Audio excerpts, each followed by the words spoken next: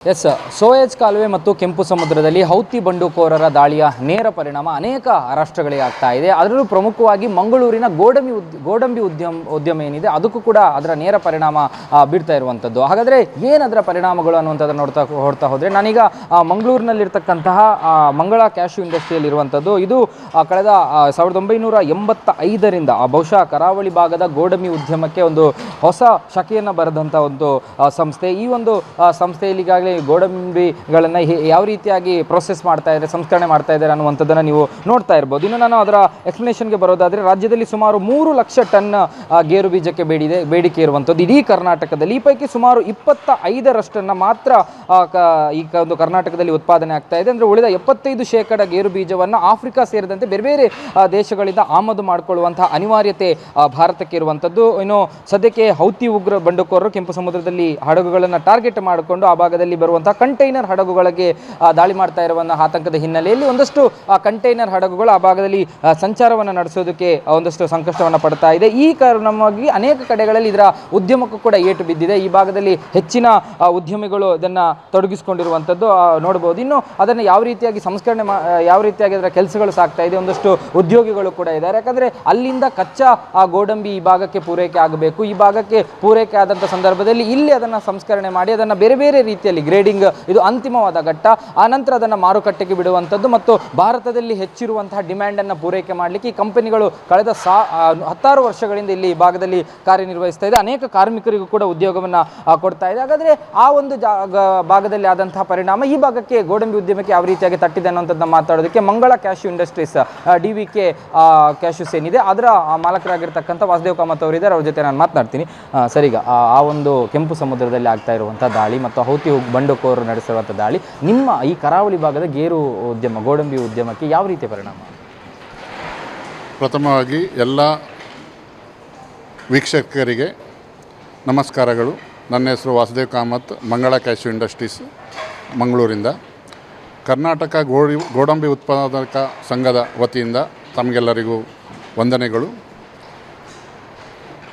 ಈ ಹೌತಿ ಮತ್ತು ಈ ಕೆಂಪು ಸಮುದ್ರದಲ್ಲಿ ನಡೆಯುವಂಥ ವಿದ್ಯಮಾನದಿಂದ ನಮಗೆ ಕರ್ನಾಟಕದಲ್ಲಿ ಗೇರುಬೀಜ ಉದ್ಯಮಕ್ಕೆ, ಕರ್ನಾಟಕ ಮಾತ್ರ ಅಲ್ಲ, ಎಲ್ಲ ಭಾರತದ ಎಲ್ಲ ಗೇರುಬೀಜ ಉದ್ಯಮಕ್ಕೂ ಹೊಡೆತ ಬಿದ್ದಿದೆ. ಕರ್ನಾಟಕದಲ್ಲಿ ಎಸ್ಪೆಷಲಿ ನಮ್ಮದು ಕರ್ನಾಟಕದಲ್ಲಿ ಉತ್ತರ ಕನ್ನಡ ಮತ್ತು ಉಡುಪಿ ಡಿಸ್ಟಿಕ್ ಮತ್ತು ಮಂಗಳೂರು ಡಿಸ್ಟಿಕಲ್ಲಿ ಸಾಧಾರಣ 300ಕ್ಕೂ ಗೇರುಬೀಜ ಫ್ಯಾಕ್ಟ್ರಿಗಳು ನಡೀತಾ ಇದೆ. ಈಗ ಈ ಪರಿಸ್ಥಿತಿಯಿಂದ ನಮಗೇನಾಗಿದೆ ಅಂತ ಹೇಳಿದ್ರೆ, ಗೇರು ಬೀಜ ಹೊತ್ತುಕೊಂಡು ಬರುವಂಥ ಕಂಟೈನರ್ ಹಡಗುಗಳು ಆಫ್ರಿಕಾ ದೇಶದಿಂದ ಕರ್ನಾಟಕಕ್ಕೆ ಮಂಗಳೂರು ಬಂದರಿಗೆ ಬರಲಿಕ್ಕೆ 1 ತಿಂಗಳಿಂದ 45 ದಿವಸ, 1.5 ತಿಂಗಳೊಳಗೆ ಮುಟ್ಟುವಂಥ ಹಡಗುಗಳೆಲ್ಲ 2 ತಿಂಗಳು, 2.5 ತಿಂಗಳು ತಗೊಳ್ತಾ ಇದ್ದಾರೆ. ಇದಕ್ಕೆ ಮುಖ್ಯ ಕಾರಣ ಒಂದು ಸೋಯೆಜ್ ಕಾಲುವೆದು ಇಶ್ಯೂ.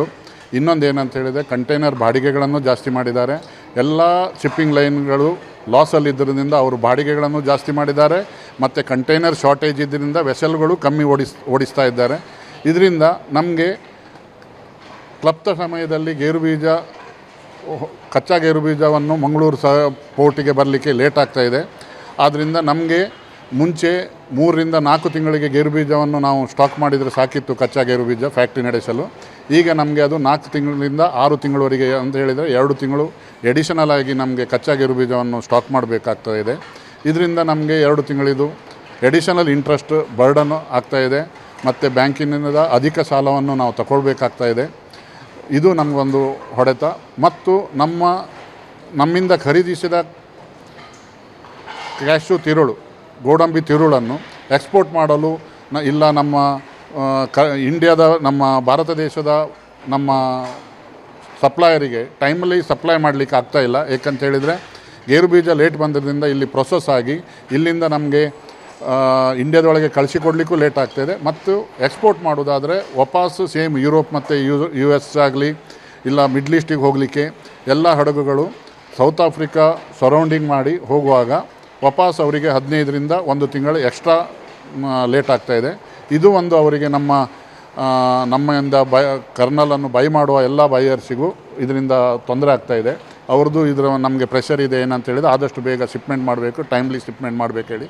ಆದರೆ ಕಂಟೈನರ್ ಶಾರ್ಟೇಜು ಮತ್ತು ವೆಸಲ್ ಬರುವಂಥ ಕಚ್ಚಾ ಗೇರು ಬೀಜ ಲೇಟ್ ಆದ್ದರಿಂದ ಇದು ನಮಗೊಂದು ಅಡಿಷನಲ್ ಬರ್ಡನ್ ಮತ್ತು ಹೊಡೆತ ಆಗ್ತಾಯಿದೆ.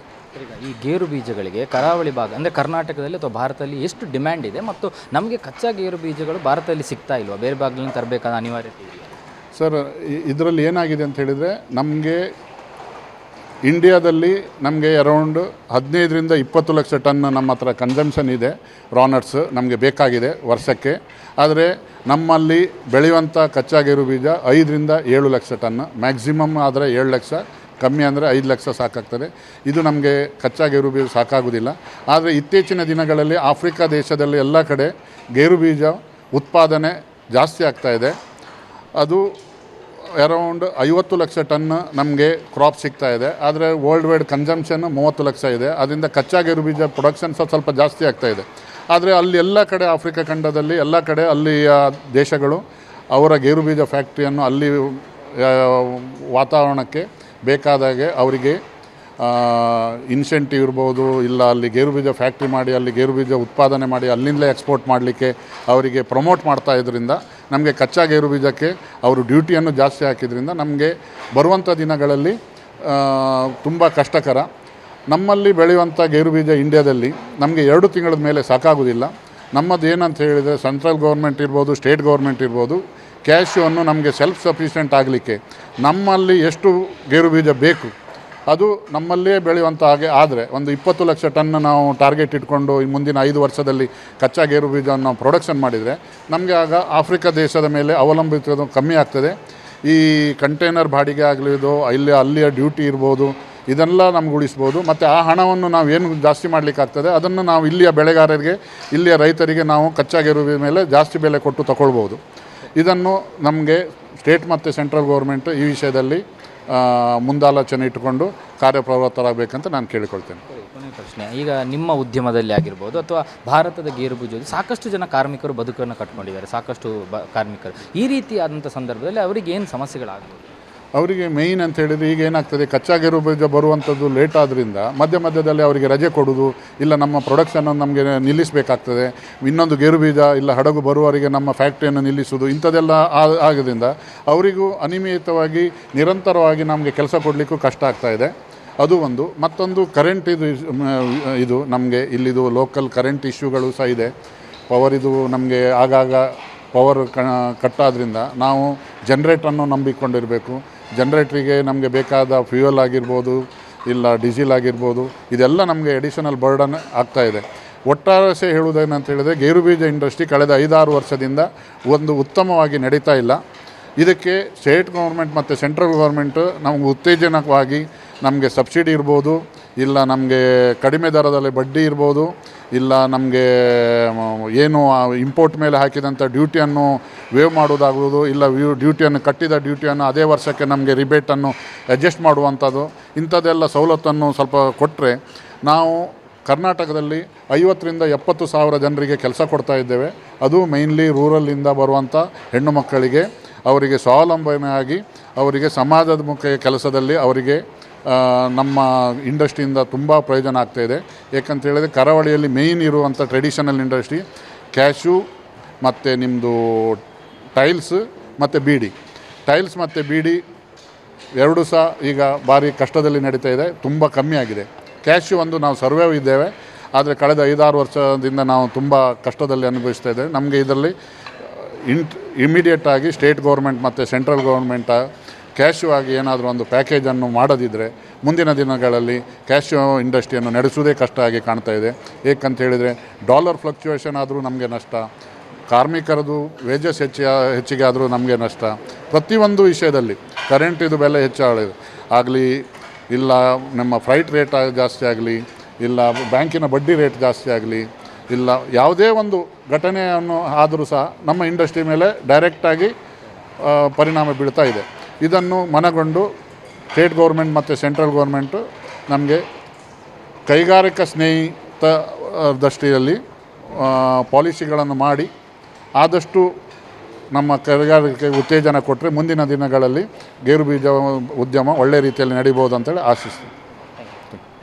ಇದಿಷ್ಟು ಕ್ಯಾಶ್ಯೂ ಉದ್ಯಮಿ ಆಗಿರ್ತಕ್ಕಂಥ ವಾಸುದೇವ್ ಕಾಮತ್ ಅವರು ಮತ್ತು ಕ್ಯಾಮರಾ ಪರ್ಸನ್ ಅಶೋಕ್ ಜೊತೆ ಭರತ್ರಾಜ್, ಏಷ್ಯಾನೆಟ್ ಸುವರ್ಣ ನ್ಯೂಸ್, ಮಂಗಳೂರು.